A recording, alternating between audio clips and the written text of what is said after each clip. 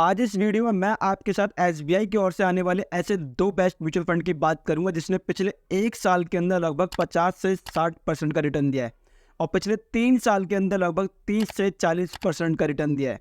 ऐसे में अगर आप अपना यहाँ पर 2 लाख रुपए भी इन्वेस्ट कर देते हैं तो आपका 2 लाख रुपए सिर्फ 3 साल के अंदर 6 से 7 लाख रुपए बन सकता है। और आप जितना लॉन्ग टर्म के लिए इन्वेस्ट करते हैं तो आपका लॉन्ग टर्म में इन्वेस्टमेंट पर आपका सिर्फ 1 लाख रुपए या फिर 2 लाख रुपए 1 करोड़ में कन्वर्ट भी हो सकता है। अब आप में से काफ़ी सारे लोगों को यह लग रहा होगा कि जब भी हम किसी एसबीआई के अंदर एफडी करवाते हैं तो वहाँ पर हमको मैक्सिमम टू मैक्सिमम 7% का रिटर्न देखने को मिलता है, या फिर एसबीआई की कोई अच्छी से अच्छी स्कीम भी होती है तो वहाँ पर हमको मैक्सिमम टू मैक्सिमम 10% का रिटर्न देखने को मिलता है। ऐसे में ये 40 से 50% का रिटर्न कुछ समझ नहीं आ रहा है। तो गाइस इसलिए मैं कहता हूँ कि इसके लिए आपको इस वीडियो को पूरा देखना होगा ताकि हम आपको इस म्यूचुअल फंड के बारे में डिटेल में समझा सकें कि आपको 40 या फिर 50 या फिर 60% का रिटर्न को देखकर ही किसी म्यूचुअल फंड में इन्वेस्ट कर देना चाहिए।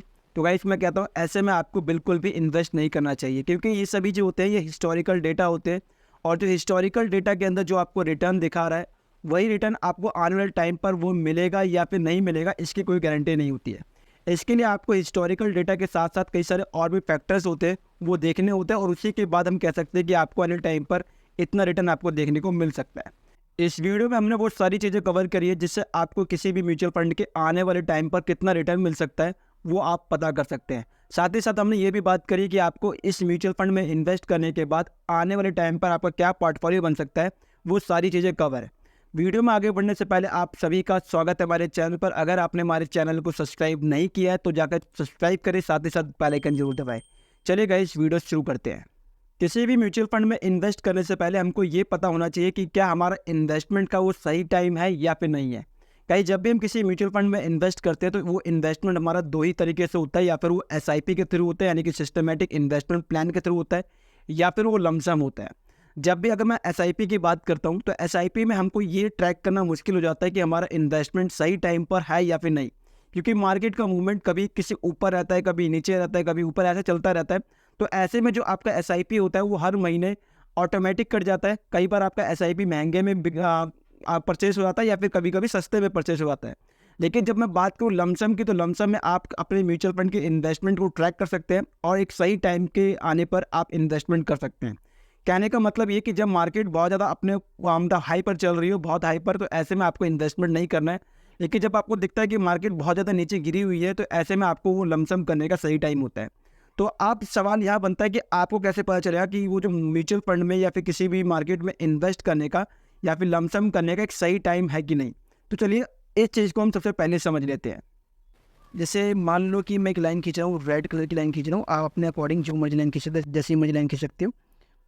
तो इसमें क्या है, जैसे मान लो कि मैंने यहाँ से लेकर एक लाइन खींची ऐसे करके, ये लाइन जा रही है, ऐसे करके लाइन गई, और एक लाइन मैंने नीचे से खींच दी यहाँ से, एक लाइन मैंने ऐसे यहाँ से नीचे से खींचा, और फिर मैं क्या कर रहा हूँ ऊपर की ओर से यहाँ से एक लाइन लेके जा रहा हूँ ऊपर की तरफ ऐसे, और सेम लाइन नीचे की तरफ से लेके जा रहा हूँ ऐसे करके। आपको सीधी लाइन खींचनी है, मैं थोड़ा सा जल्द में लाइन खींच रहा हूँ, आपको ऐसे बिल्कुल प्रॉपर स्ट्रेट लाइन खींचनी है।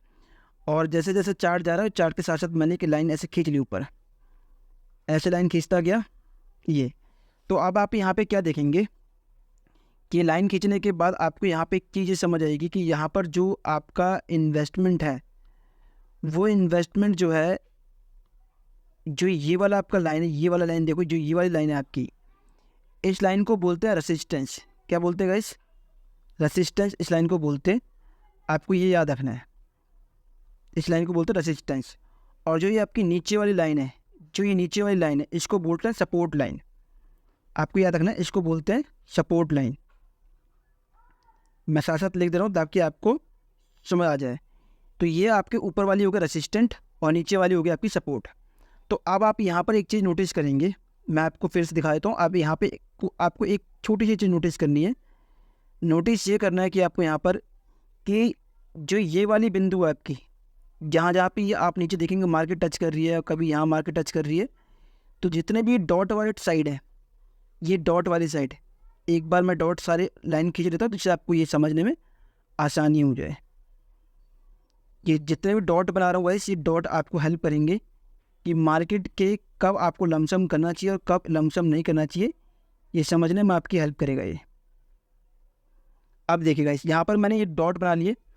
अब आप यहाँ पे देख क्या देखेंगे कि यहाँ पर जो आपका इन्वेस्टमेंट टाइम है, इन्वेस्टमेंट टाइम आपका यहाँ पे डिसाइड होगा।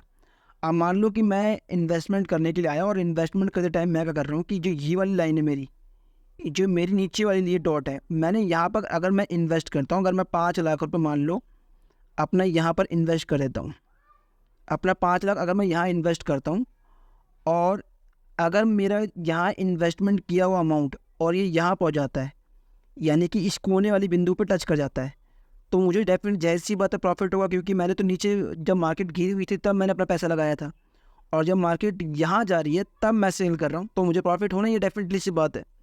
तो अब आपको कि ऐसी ट्रेंड लाइन देखोगे कि ये मार्केट की जितनी भी लाइन चल रही है, ये जितनी भी लाइन दिख रही है आपको, एक बार मैं इसको थोड़ा सा डार्क कलर से कर देता हूँ ताकि आपको ये समझने में आसानी हो जाए। ये देखिए, अब आपने ये देखा कि मार्केट कुछ ऐसे चली, कुछ यूँ चली मार्केट, और ऐसे ये अपने रेसिस्टेंट को क्लिक करके आती है, वापसी टच सपोर्ट पे टच कर देती है, फिर रेसिस्टेंस पे गई, फिर सपोर्ट टच कर दिया, फिर ऐसे रेसिस्टेंस पे जाती है, फिर सपोर्ट टच करके ऐसे निकल जाती है। तो आपने देखा कि स्टार्टिंग से लेकर यहाँ भी सपोर्ट, फिर रेसिस्टेंस, आपका सपोर्ट, फिर रेसिस्टेंस, फिर सपोर्ट, ऐसा चली है मार्केट।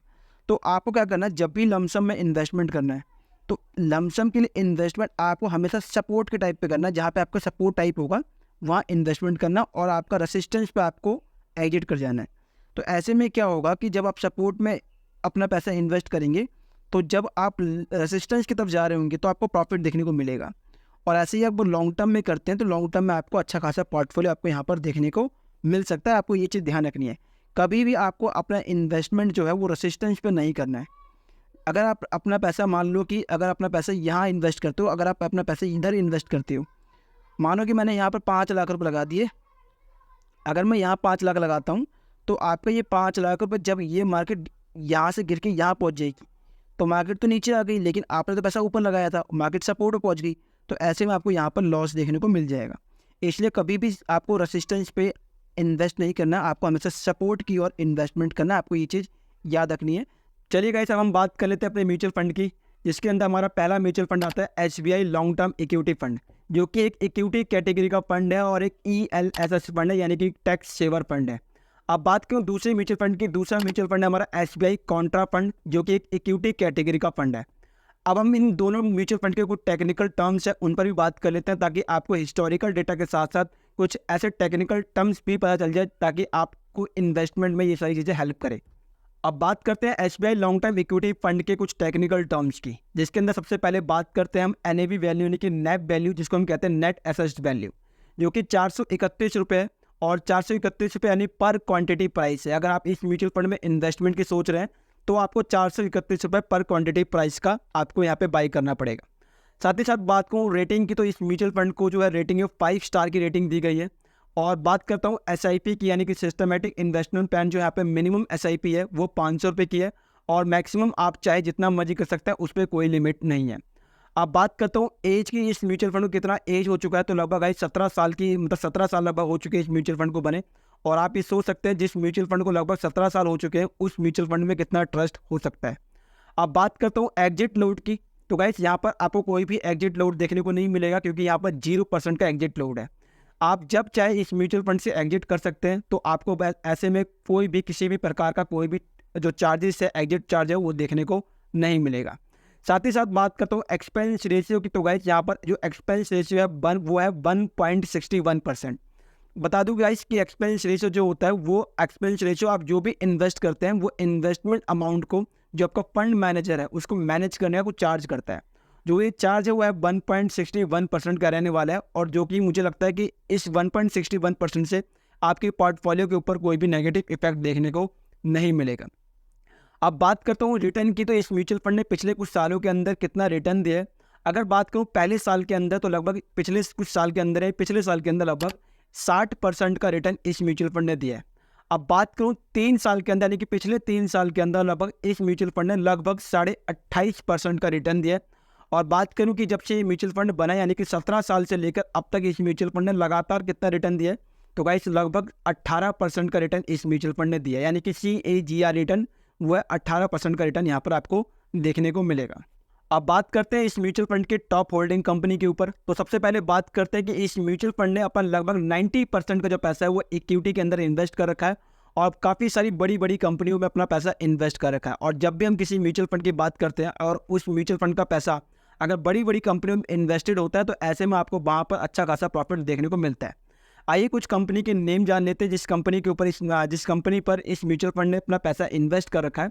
तो उसके अंदर सबसे पहला नाम आता है टोरेंट पावर लिमिटेड, फिर बात करते हैं गेट एंड लिमिटेड, फिर तीसरे नंबर पर आता है आईसीआईसीआई बैंक और फिर चौथे नंबर पर एसबीआई यानी कि स्टेट बैंक ऑफ इंडिया और पाँचवें नंबर पर भारतीय एयरटेल लिमिटेड। और ऐसे ही करके काफ़ी सारी कंपनियां हैं जिन कंपनियों के ऊपर इस म्यूचुअल फंड ने अपना पैसा इन्वेस्ट कर रखा है। और ये सारे की सारी कंपनियां जो है अपने मतलब इनके इंडिविजुअल कंपनी के परफॉर्मेंस की बात करें तो इंडिविजुअल कंपनी का जो परफॉर्मेंस है वो भी बहुत ही ज़्यादा बेस्ट है। लगभग सभी कंपनियों ने पिछले कुछ सालों के अंदर बहुत ही अच्छा प्रॉफिट दिया है। अब बात करते हैं इस म्यूचुअल फंड के फंड मैनेजर की। तो गाइस फंड मैनेजर है वो दिनेश बालाचंद्र। इन्होंने 2016 से इस म्यूचुअल फंड को लगातार प्रॉफिट में रखा है और काफ़ी एक्सपीरियंसफुल फंड मैनेजर है। अब बात करते हैं हमारे सेकेंड म्यूचुअल फंड यानी कि एसबीआई कॉन्ट्रा फंड के टेक्निकल टर्म की, जिसमें सबसे पहले बात करते हैं एनएवी यानी कि नेट एसेट वैल्यू। तो गाइस वो है 381 रुपये की यहाँ पे रहने वाली, यानी कि पर क्वांटिटी जो प्राइस है वो 381 रुपये का रहने वाला है। साथ ही साथ बात करूँ इस म्यूचुअल फंड की रेटिंग की, तो इस म्यूचुअल फंड को लगभग 5 स्टार की रेटिंग दी गई है। और बात करूँ एसआईपी यानी कि सिस्टमेटिक इन्वेस्टमेंट प्लान, तो यहाँ पर मिनिमम एसआईपी 500 रुपये का रहने वाला है। साथ ही साथ बात करूँ एज की, तो इस म्यूचुअल फंड को लगभग 19 साल हो चुके हैं और 19 साल से कंटिन्यूस इस म्यूचुअल फंड ने मतलब इसका परफॉर्मेंस है वो हमेशा अच्छा ही रहा है, हमेशा गुड की तरफ रहा है। और साथ ही साथ बात करूँ ओम यानी कि एसेट्स अंडर मैनेजमेंट, तो गाइस वो एसेट्स अंडर मैनेजमेंट है 30,520 करोड़ का, जो कि अपने ही आप में एक पॉजिटिव इंडिकेटर शो करता है। अब बात करते हैं एग्जिट लोड की, तो गाइस यहाँ पर एग्जिट लोड रहने वाला है 1% का, यानी कि आप मैच्योरिटी से पहले इस म्यूचुअल फंड से एग्जिट करते हैं तो यहाँ पर आपको 1% का जो है वो चार्ज देना पड़ेगा। साथ ही साथ बात करते हैं एक्सपेंस रेशियो की, तो गाइस यहाँ पर एक्सपेंस रेशियो रहने वाला आपका 1.56% का, यानी कि आपके जो इन्वेस्टेड अमाउंट है उसको मैनेज करने के लिए आपका फंड मैनेजर आपको 1.56% का चार्ज करेगा। आप लास्ट में बात करते हैं इस म्यूचुअल फंड के पिछले कुछ सालों में इसने कितना रिटर्न दिया है उसकी बात कर लेते हैं। बात करते हैं पिछले 1 साल के अंदर इस म्यूचुअल फंड ने लगभग 48% का रिटर्न दिया है। और साथ ही साथ बात करूँ पिछले 3 साल के अंदर इस म्यूचुअल फंड ने लगभग 30% का रिटर्न दिया और पिछले 5 साल के अंदर लगभग 28.50 यानी 28.5% का रिटर्न दिया है। और बात करूँ लास्ट में CAGR रिपोर्ट, यानी कि जब से म्यूचुअल फंड बना तब से लेकर इस म्यूचुअल फंड ने कितना रिटर्न दिया है, तो गाइस लगभग 20% का रिटर्न इस म्यूचुअल फंड ने जब से बना तब से लगातार दिया है। अब बात करते हैं इस म्यूचुअल फंड के टॉप होल्डिंग कंपनी की। उससे पहले जानते हैं कि इस म्यूचुअल फंड का जो पैसा है लगभग 86% पैसा जो है वो इक्विटी के अंदर इन्वेस्ट होने वाला है। अब बात करते हैं उन कंपनियों की जिन कंपनियों में इस म्यूचुअल फंड ने पैसा इन्वेस्ट किया है। सबसे पहले नंबर पर आता है स्टेट बैंक ऑफ इंडिया और दूसरे नंबर पर आता है निफ्टी बैंक, तीसरे नंबर पर आता है HDFC बैंक, चौथे नंबर पर आता है गेल लिमिटेड और पाँचवें नंबर पर निफ्टी 50। ऐसे ही छठे नंबर पर आता है कॉग्निजेंट लिमिटेड और सातवें नंबर पर आता है ICICI बैंक। और ऐसे ही करके कई सारी कंपनियों के ऊपर इस म्यूचुअल फंड ने अपना पैसा इन्वेस्ट कर रखा है। और सभी की सभी कंपनी का जो परफॉर्मेंस है इंडिविजुअल परफॉर्मेंस वो काफ़ी अच्छी चल रही है और ऐसे में आपको यहाँ पर आने वाले टाइम पर अच्छा खासा प्रॉफिट देखने को मिल सकता है। अब बात करते हैं इस म्यूचुअल फंड के फंड मैनेजर की, तो गाइस सबसे पहले नंबर पर आता है दिनेश बालाचंद्रन और फिर है मोहित जैन और फिर तीसरे नंबर पर आता है प्रदीप केशवन। और गाइस ये तीनों के तीनों जो फंड मैनेजर है काफ़ी एक्सपीरियंस्ड मैनेजर है और इन तीनों मैनेजर ने इस म्यूचुअल फंड को काफ़ी अच्छे से मैनेज कर रखा है और काफ़ी अच्छा इस म्यूचुअल फंड को बनाने में बहुत हेल्प करी है। और इनकी मदद से इस म्यूचुअल फंड में आपको काफ़ी अच्छा खासा प्रॉफिट देखने को मिल सकता है। अब बात करते हैं कैलकुलेशन पार्ट की, तो गाइस यहाँ पर बता दूं कि अगर आप अपना यहाँ पर लगभग 5 लाख रुपए इस म्यूचुअल फंड में इन्वेस्ट कर देते हैं और अब 5 लाख रुपए 18 साल के लिए इन्वेस्ट करते हैं और मैंने माना कि यहाँ पर आपको 19% का रिटर्न देखने को मिल जाता है। अभी आपने देखा कि इस म्यूचुअल फंड में लगभग आपको 25, 30, 35, 40% का रिटर्न देखने को मिला है। मैं मान लेता हूँ कि आपको यहाँ पर सिर्फ 19% का रिटर्न देखने को मिलता है आने वाले टाइम के अंदर।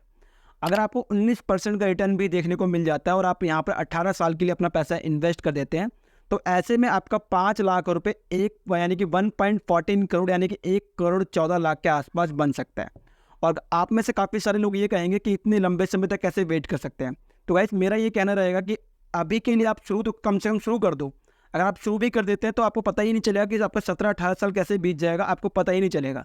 बीच में इनकेस आपको ज़रूरत पड़ जाती है पैसे निकालने की तो आप निकाल सकते हैं। आपको 5 साल बाद 10 साल बाद मतलब ऐसा फील होता है कि मुझे पैसे की ज़रूरत है, तो आप 5 से 10 साल में भी निकाल सकते हो और 5 से 10 साल में भी आपको अच्छा खासा प्रॉफिट देखने को मिल जाएगा। तो गाइस मैं उम्मीद करता हूँ कि आपको हमारी वीडियो अच्छी लगी होगी। इस वीडियो में हमने बताया कि ऐसे 2 बेस्ट म्यूचुअल फंड जहाँ पर आपको काफ़ी अच्छे खासे रिटर्न देखने को मिल रहे हैं। साथ ही साथ बताया कि आपको यहाँ पर किस टाइम पर क्या कैसे पता करना है कि कौन सा टाइम जो है वो म्यूचुअल फंड में इन्वेस्ट करने का, यानी लमसम करने का एक अच्छा टाइम है। और साथ ही साथ बताया कि उन 2 म्यूचुअल फंड के कुछ टेक्निकल टर्म्स की जो कि आपको जानना बहुत ज़रूरी है। तो गाइस मैं उम्मीद करता हूँ कि आपको वीडियो अच्छी लगी होगी। अगर आपको वीडियो अच्छी लगी तो वीडियो को लाइक जरूर करें और इस वीडियो को अपने फ्रेंड के साथ और फैमिली मेम्बर के साथ शेयर जरूर करें। और लास्ट में ये बात जरूर कहूँगा गाइस, जब भी आप किसी म्यूचुअल फंड में इन्वेस्ट करते हैं तो इन्वेस्टमेंट से पहले उस म्यूचुअल फंड की प्रॉपर नॉलेज लेना बहुत ज़रूरी है। और इन्वेस्टमेंट से पहले एक फंड एडवाइजर यानी कि आपका पर्सनल फंड एडवाइजर से नॉलेज यानी कि उसकी सलाह जरूर लें। बिना किसी सलाह के कोई भी इन्वेस्टमेंट ना करें। चलिए गाइस मिलते हैं नेक्स्ट वीडियो में, तब तक के लिए बाय बाय, जय हिंद।